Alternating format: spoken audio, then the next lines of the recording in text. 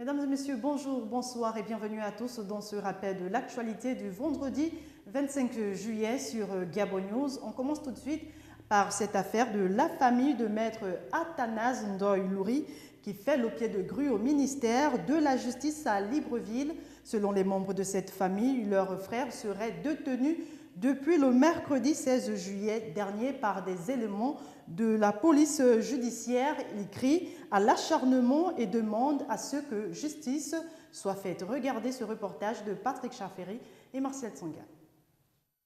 Cette famille a décidé de faire le pied de grue ici au ministère de la Justice jusqu'à ce que justice soit rendue. Nous sommes là parce que notre frère, grand frère et petit frère, Maître Ndoye, qui est issu de justice, que vous connaissez, est gardé en détention depuis une semaine. En fait, il est pratiquement comme un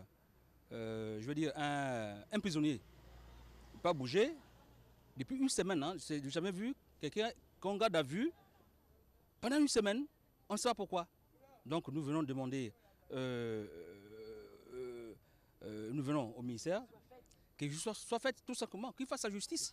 Les raisons, Maître Ndoye est juriste des entreprises, des sociétés, il est syndic.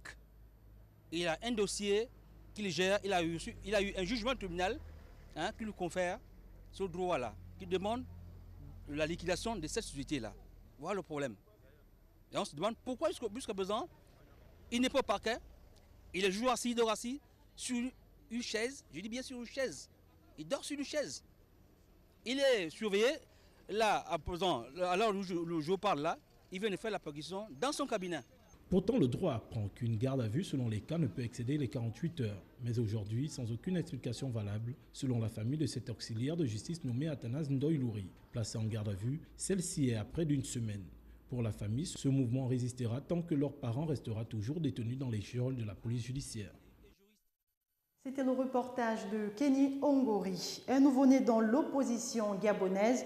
Elle a fait sa sortie le samedi dernier à Libreville pour créer le Front Uni. Plusieurs anciens barons du régime Feu Omar Bongo Ondimba composent cette coalition qui dit présenter un candidat unique aux élections présidentielle de 2016, mais au regard de l'histoire de l'opposition gabonaise, on s'y interroge. Suivez le point dans ce reportage de Patrick Chafferi et Martial Tsanga sous les images de Justin Bitigui. L'univers politique gabonais se dessine et se redessine, notamment au sein de l'opposition gabonaise. Une opposition en quête perpétuelle de pouvoir, mais qui se heurte dans sa progression le plus souvent à l'obstination de certains leaders à vouloir privilégier des intérêts individuels au détriment de celui de la majorité, d'où les nombreuses fragmentations constatées. On parle d'opposition gabonaise, mais l'on se demande s'il ne vaudrait pas mieux pluraliser le terme pour parler des oppositions. Car, au regard des scissions constatées au sein de ces partis, il y a lieu de s'interroger sur l'efficacité de ce groupe de Gabonais qui tente depuis plusieurs années de proposer un plan alternatif au pouvoir en place. L'histoire de ces groupements politiques nous rappelle que même les oppositions les plus féroces se sont affaiblies. Aujourd'hui, on assiste à un nouveau type d'opposition composé des anciens barons du parti au pouvoir depuis plus de 40 ans. Le Front Uni pour l'alternance, créé le 19 juillet, voudrait donner des garanties pour une alternance au pouvoir. Sans douter de la bonne foi de ces hommes et femmes qui ont participé à la conception des stratégies qui ont contribué à renforcer le pouvoir PDG, une simple question taraude les esprits, même les plus convaincus. Comment compte-t-il y parvenir? Jacques Adiaeno, dans son discours préliminaire, mentionnait les blocages dont font face les opposants dans leur marche pour la conquête du pouvoir. Entre autres blocages, il fait allusion à l'interdiction dans les médias d'État, l'impartialité des institutions telles la Cour constitutionnelle et la CENAP dans l'organisation des élections et l'instrumentalisation de la justice et des forces de sécurité. À peine créé, il crie déjà à la fraude et à l'injustice. L'opposition a toujours remis en cause ces institutions,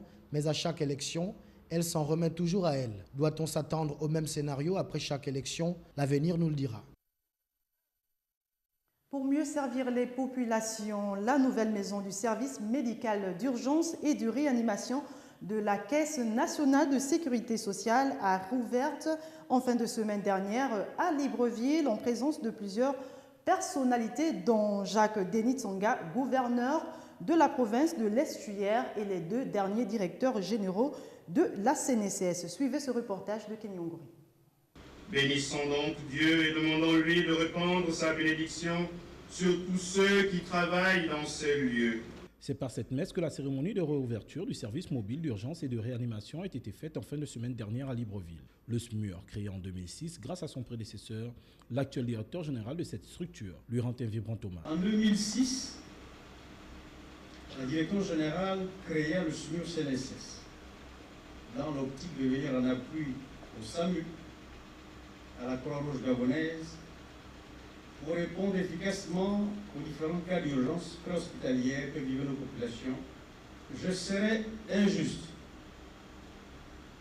il ne serait pas tolérable si je ne rendais pas un hommage mérité et appuyé à mon dévancier, M. Antoine Dangwali Yalanzet. Une cérémonie chargée d'émotions et pleine de surprises qui a vu la remise d'un outil roulant à un agent de cette direction défavorisé par le sort, pour un déplacement plus efficace et moins compliqué. S'en est suivi le dévoilement de la plaque de cette maison du SMUR qui portera désormais le nom de cet homme.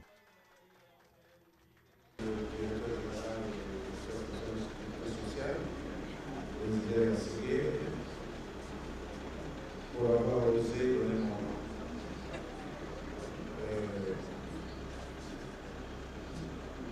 merci, cher. Le SMUR CNSS, c'est 14 ambulances médicalisées, dont 8 unités hospitalières mobiles et 6 véhicules légers mobiles, pour un service plus prompt et plus proche des populations. L'Université Omar Bongo a vibré cette semaine au rythme des 15e journées du géographe. Visite guidée dans les différents stands et des conférences sont entre autres activités prévues par les organisateurs de cet événement. Reportage de Patrick Charferi, Martial Tsonga sous les images de Justin Bitigui. La 15e édition des Journées du géographe était aussi l'occasion pour certaines disciplines du département de géographie de se mettre en lumière pour éclairer le public. Nous sommes là nous avons principalement, nous travaillons dans la cartographie, comme ça, les informations, les systèmes d'information géographique. Et nous avons la GRAC senior, la GRAC junior. Le senior, ce sont les étudiants, et comme ça, c'est les enseignants. Et ces juniors, ce sont les étudiants. Au département de géographie, c'est aussi le lieu où les étudiants font valoir leur talent d'écriture journalistique. Ici, donc, le journal, comme vous l'avez constaté, c'est aussi notre contribution, nous les étudiants, n'est-ce pas, de pallier aux différents problèmes que nous rencontrons, donc le problème de communication entre étudiants et enseignants au sein du département. Donc c'est un projet qui a vu le jour depuis l'année dernière et aujourd'hui on va dire que ça avance.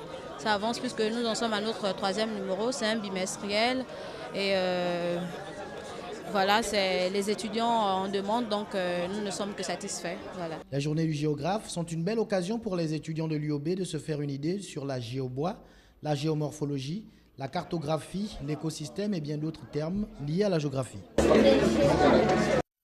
La page sport de ce Retro News comptant pour la 2e journée du tournoi de la montée en 2e division de football. Le Sporting Club de Libreville est opposé à l'Asdia au stade Monédan de Siban. Une rencontre qui a vu la victoire du Sporting Club de Libreville. Suivez ce reportage de Marvin Berry.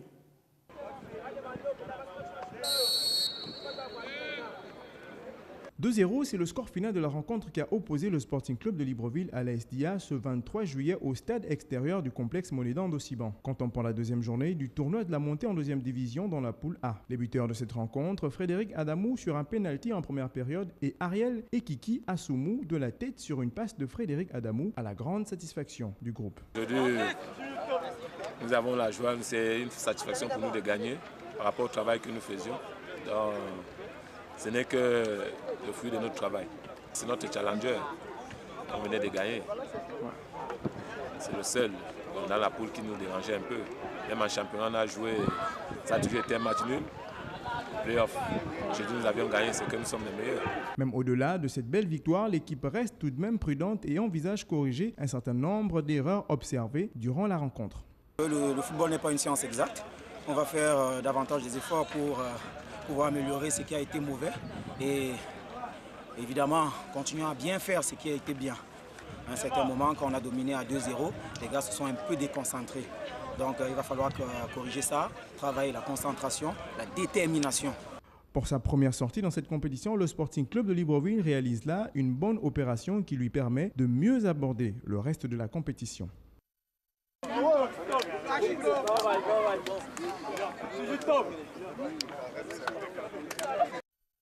Voilà, point final à ce Retro News. Merci pour votre fidélité. L'information se poursuit sur www.gabonnews.com. Bon week-end à tous et à vendredi prochain, même heure sur Gabon News.